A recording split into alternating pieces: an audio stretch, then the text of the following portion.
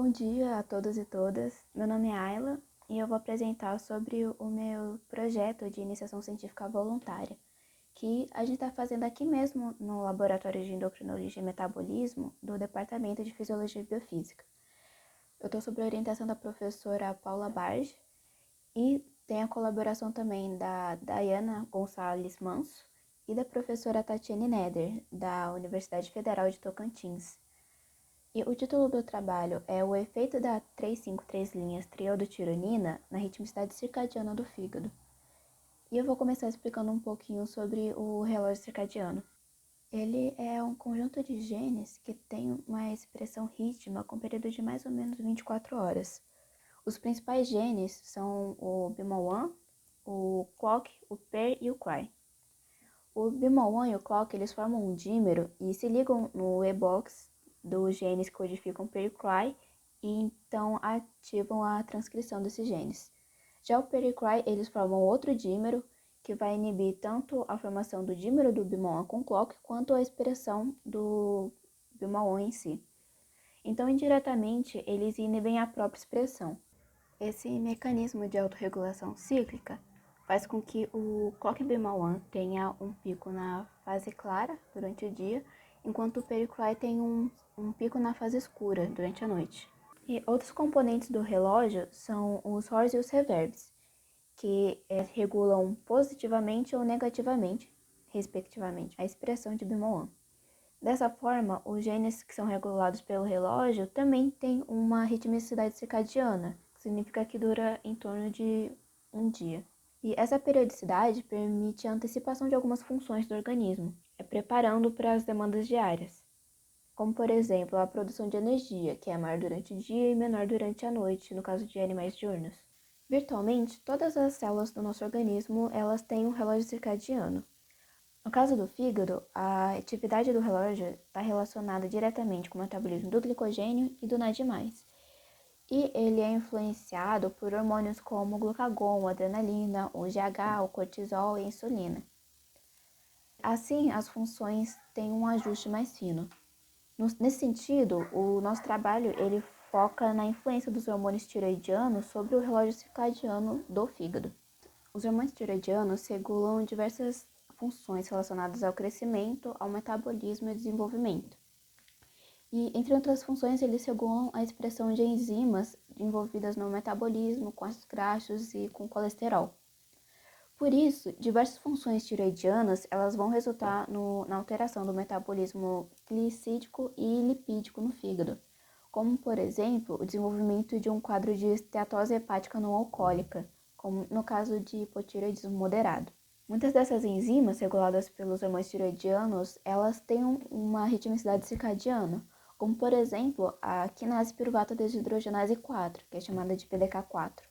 Embora a influência dos hormônios tiroidianos no metabolismo hepático seja conhecido, a influência no relógio circadiano do fígado não é.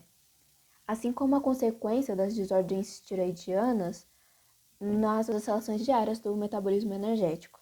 Então, o objetivo principal desse projeto é avaliar o efeito do T3 no fígado, na expressão circadiana dos genes do relógio e dos genes controlados pelo relógio, que estão diretamente envolvidos com a regulação do metabolismo, em ratos submetidos ao hipotireoidismo e ao hipertireoidismo.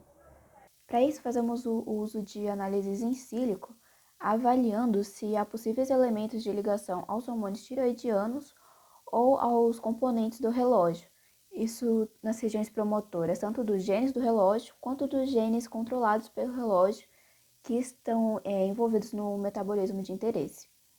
E também usaremos modelos em vivo, tanto de hipo quanto de hipertireoidismo. Para isso, os animais serão divididos em 3 grupos.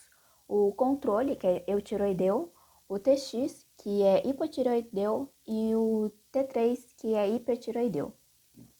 O hipotireoidismo vai ser induzido por remoção cirúrgica da tireoide, seguido de tratamento por 20 dias com metimazol 0,3%, que é um inibidor da atividade da peroxidase tireoidiana, e com cloreto de cálcio, que é para manter a homeostase do cálcio.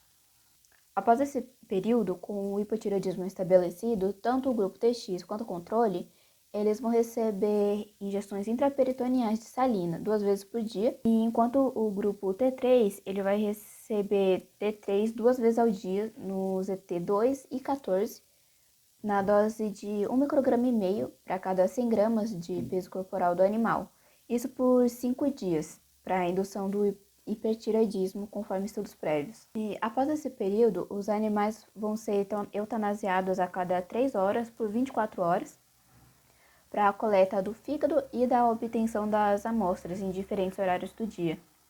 Em seguida, o RNA total do fígado desses animais vai ser extraído e faremos o PCR em tempo real para análise da expressão dos genes de interesse. Também avaliaremos a concentração de T3, T4 e TSH no sangue, usando kits específicos de ELISA. Durante a quarentena, realizamos os estudos in sílico, comparando as sequências consenso nas regiões promotoras e regulatórias dos genes de interesse, comparando entre diferentes espécies. Nessas figuras, podemos observar as regiões avaliadas dos genes de interesse e os sítios de possível interação com os hormônios tireoidianos e os componentes do relógio. Esse traço azul representa a porção do exon do gene em questão e o sentido em que ele é transcrito. Esses gráficos abaixo representam o grau de homologia desse gene entre as sequências de ratos ou camundongos com a de humanos.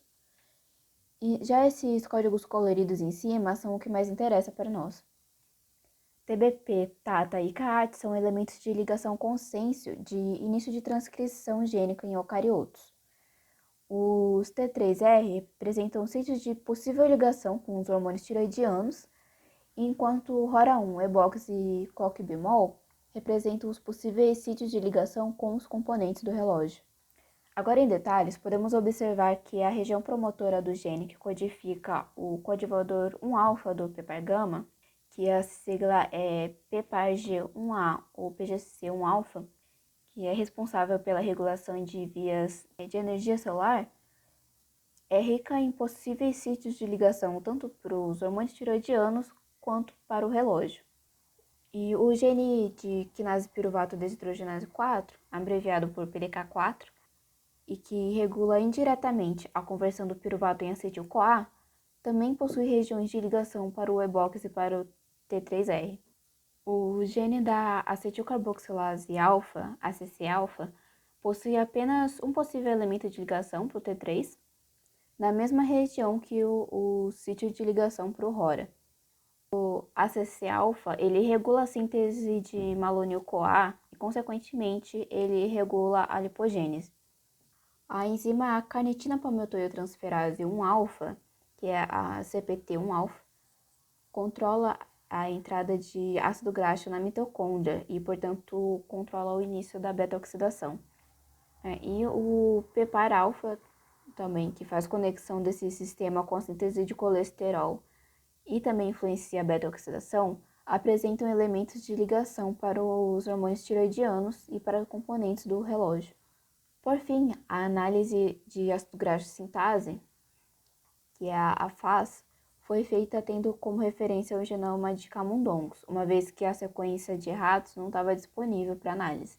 O FAS ele também está envolvido com a lipogênese e ele possui tanto o elemento EBOX, que permite a ligação com o dímero de COQ-bemol, quanto o T3R. Como podemos ver, esses resultados sugerem uma influência conjunta dos hormônios tireoidianos com o relógio, principalmente no metabolismo lipídico. Isso tanto diretamente, através dos genes do FAS, do ACC-alfa e do CPT1-alfa, quanto indiretamente através dos genes PDK4, do PGC1-alfa e do PPAR-alfa. Nos próximos passos, vamos avaliar a expressão circadiana desses genes no fígado dos animais controle, TX e T3, usando a técnica de RT em tempo real, bem como a variação concêntrica sérica de T3, T4 e TSH por ELISA. Agradeço à Pró-Reitoria pelo suporte, às colegas pela colaboração, à professora por nos guiar, a vocês pela atenção e ao curso de verão pela oportunidade de eu apresentar o trabalho de IC.